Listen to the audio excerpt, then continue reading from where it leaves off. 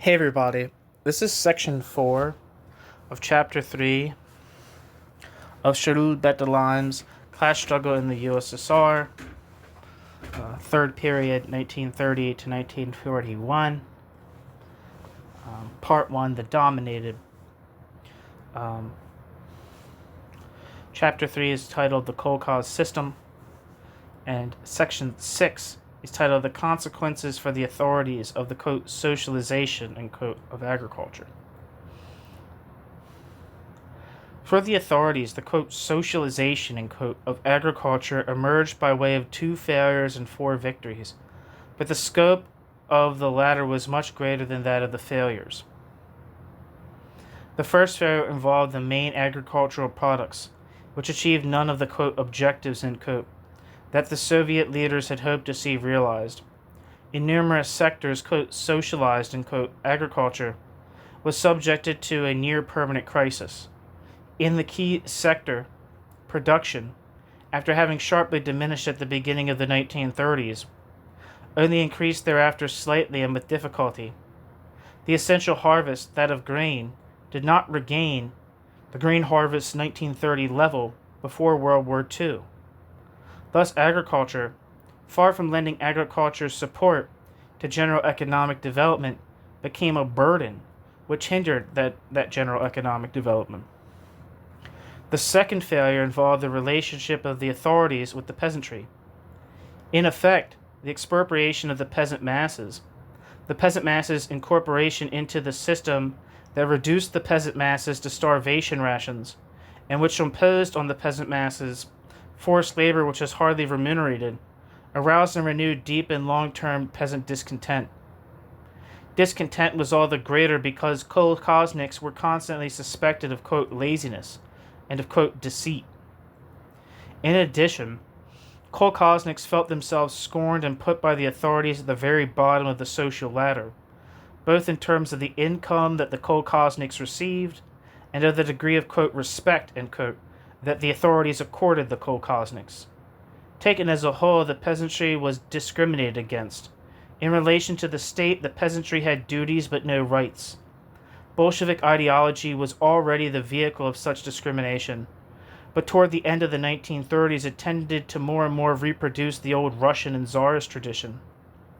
Like many other aspects of this epoch, it became part of the resurgence of conservative and even reactionary attitudes that had characterized Imperial Russia.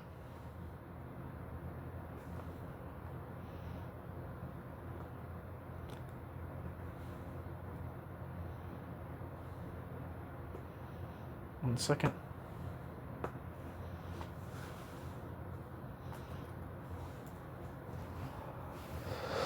Whew. It's getting hot. I don't know where you live, but it's hot where I live.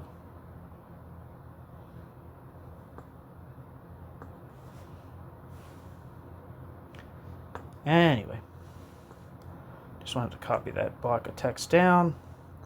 Footnote: these various points are well illuminated in Moshe Lewin's The Kolkhoz. End footnote. The peasantry made its discontent felt by developing enormous passive resistance. The authorities replied to this enormous passive resistance with repression and by creating at all points a bureaucracy that enclosed the peasants in the kolkhozes, carefully watched them and took part in their exploitation. This new privileged stratum also administered, actually quite badly as the agricultural statistics testify, the state farms and the machine tractor stations. These organs, the state farms and the machine tractor stations, absorbed considerable investment whose economic effects were derisory. Thus, quote, collectivization, end quote, far from integrating the rural world into national economic life, and they cut off further the authorities from the peasantry. More than ever, the country was divided into, quote, 2 nations, end quote, the, quote, new serfs, end quote, and the other social classes and strata. This did not prevent, when the country was in danger during World War II, these, quote, serfs, end quote, defending the country as they had done under the old regime. Footnote: On this point, see the comments of Moshe Lewin in R.C. Tucker, Stalinism, particularly pages 120 to 126, and footnote. However, the crisis of agriculture and the profound discontent of the peasants were the, quote, price, end quote, that the authorities and the new dominant class had to pay in order to win 4 victories. The first victory was political, quote, collectivization, end quote, certainly cut off the authorities from the peasantry, but above all, and this is what counted, quote, collectivization shattered the peasantry economically and politically. Quote, collectivization, end quote, put an end to all possibilities of economic independence for the peasants. Quote, collectivization shattered all the traditional peasant institutions and types of solidarity that the traditional peasant institutions permitted. In effect, quote, collectivization, end quote, brought into being a peasantry infinitely more, quote, atomized, end quote, and fragmented by capitalist forms of the division of labor than the old individual peasantry had been. For the authorities and for the new dominant class, the elimination of, quote, private, end quote, peasant holdings, parenthesis, whether those of poor or average peasants, comfortably off or rich, end parenthesis, was a very great victory. Henceforth, parenthesis, the new economic policy men having also been eliminated, end parenthesis, the new class alone had at the new class's disposition significant means of production.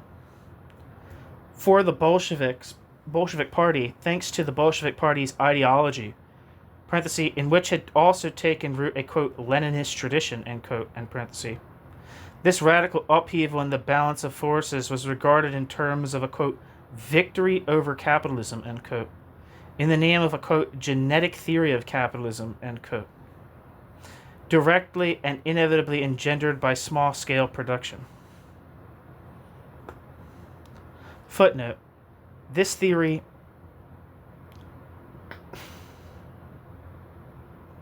was insistently invoked by the leading group of the party as soon as it was decided to liquidate the new economic policy. It was useful for enunciating the formulations that were repeated throughout the 1930s. From October 1930, Stalin took good care to ensure that this theory was seen as emanating from Lenin. In Stalin's speech, titled Against the Rightist Threat, Stalin drew attention to 2 texts. Stalin first recalled that according to Lenin, the strength of capitalism resided in the strength of small-scale production, which gives birth continuously, day after day, hour after hour, spontaneously and on a massive scale, to capitalism and the bourgeoisie. Parenthesis, see Lenin's, quote, infantile disease of communism, end quote, of April 1920 in his collected works. Stalin then recalled another of Lenin's texts.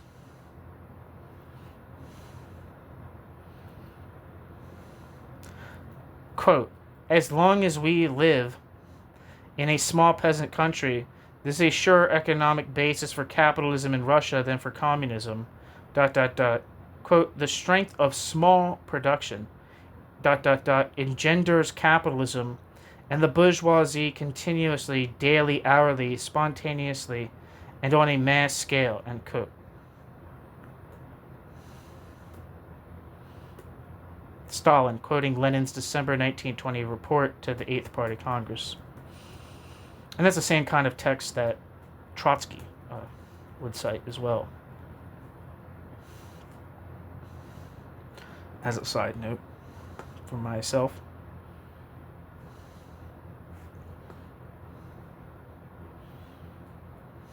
End footnote. The second victory won by the authorities and the new dominant class was their success in submitting the peasantry to an unprecedented overexploitation, which permitted the realization of a gigantic effort of accumulation, most of which went to industry. True, this was obtained at the price of very substantial lowering of the living standard of the peasant masses, but this consequence was regarded as negligible. Parenthesis, it was even officially ignored, in parenthesis. For what counted for the party leadership and for the class whose interests the party leadership served was putting the maximum means of production under its own control. The third victory which made the others long-lasting, was the creation of a new economic form, the kolkhoz system. The kolkhoz system, which allowed simultaneously the expropriation of the peasantry, and the transformation of the peasantry's, quote, individual and sparse means of production into socially concentrated means of production, end quote, following the methods belonging to the, quote, prehistory of capital, end quote. As has been seen, the kolkhoz system included familiar agriculture, the kolkhozes, and the collection of administrative structures which directed and controlled the kolkhozes. The kolkhoz system constituted a system sui generis for the exploitation of the great mass of agricultural workers. It combined characteristics which were those of a kind of, quote, state serfdom, end quote, obligatory work on the, quote, collective, end quote, land, and the attachment of the peasant to the soil, with capitalist social relationships. These latter were evident in the form of the work process and in the extraction of surplus labor destined essentially for the accumulation of capital in the state sector, the existence of individual plots and livestock, far from being in contradiction with the demand of such accumulation. On the contrary, allowed such accumulation to intensify, as the case in different types of agrarian capitalism, parenthesis, for example, the capitalist plantations of Latin America, end parenthesis.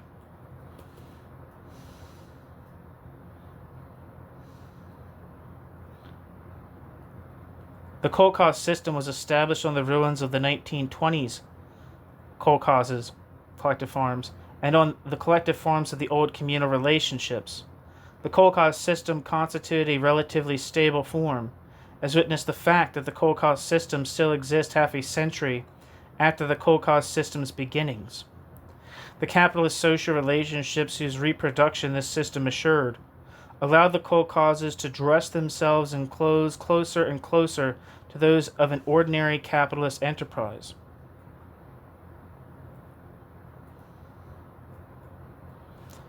This is what happened from 1958, when the kolkhoz could purchase the kolkhoz's own means of production, parenthesis, ceasing then to depend on the machine and tractor stations.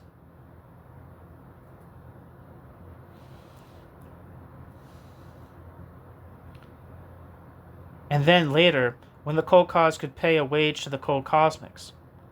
But these latter transformations did not in any way make the kolkhoz, quote, independent, end quote, in regard to the party and the state. These later transformations only modified the forms of the kolkhoz's dependence. Finally, the fourth victory won by the authorities during the 1930s took the form of its transformation of the Soviet rural population into an immense, quote, reserve industrial army, end quote, which provided millions of workers who could be integrated, parenthesis, voluntarily or not, end parenthesis, into the development of industry in the town. The development took place in the course of other struggles which will now be examined. And that's the end of this section. Thank you so much for listening.